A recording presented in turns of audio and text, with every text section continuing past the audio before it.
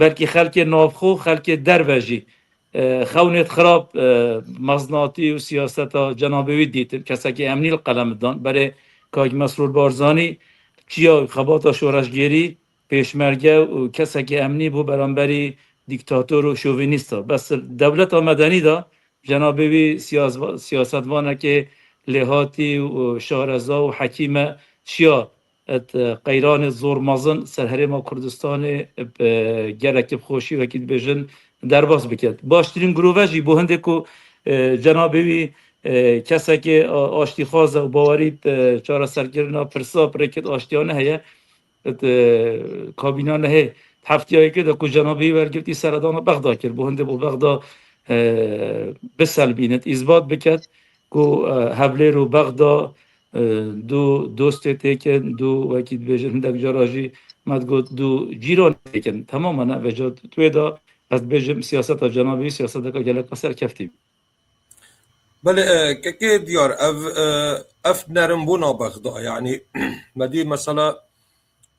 همان او کسبورین اوان 12 ساله آلوزیان بو هرم چتکن و آریشان بو هرم چتکن و گلک جوان او بون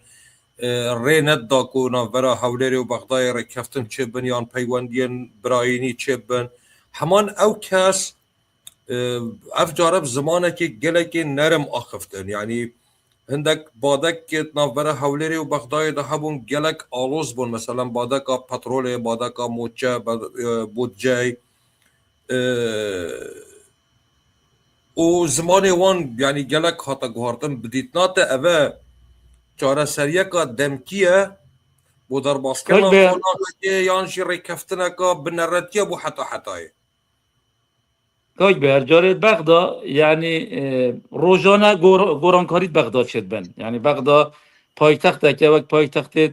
دیه دنیا یعنی نکو 4 سال جاره که ساله جاره که یعنی هنده جاره 20 سال جاره که گورانکاریت داشته من العراق البغدا اما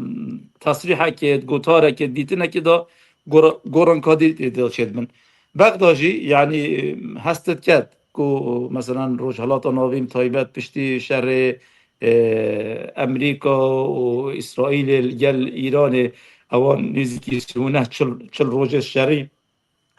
و گواشتنت مازن سر عراق و حکمتانی و تایبتی پشتی هر بجارتنا مثلا نهیلانا کومیت چکدار عراق مثلا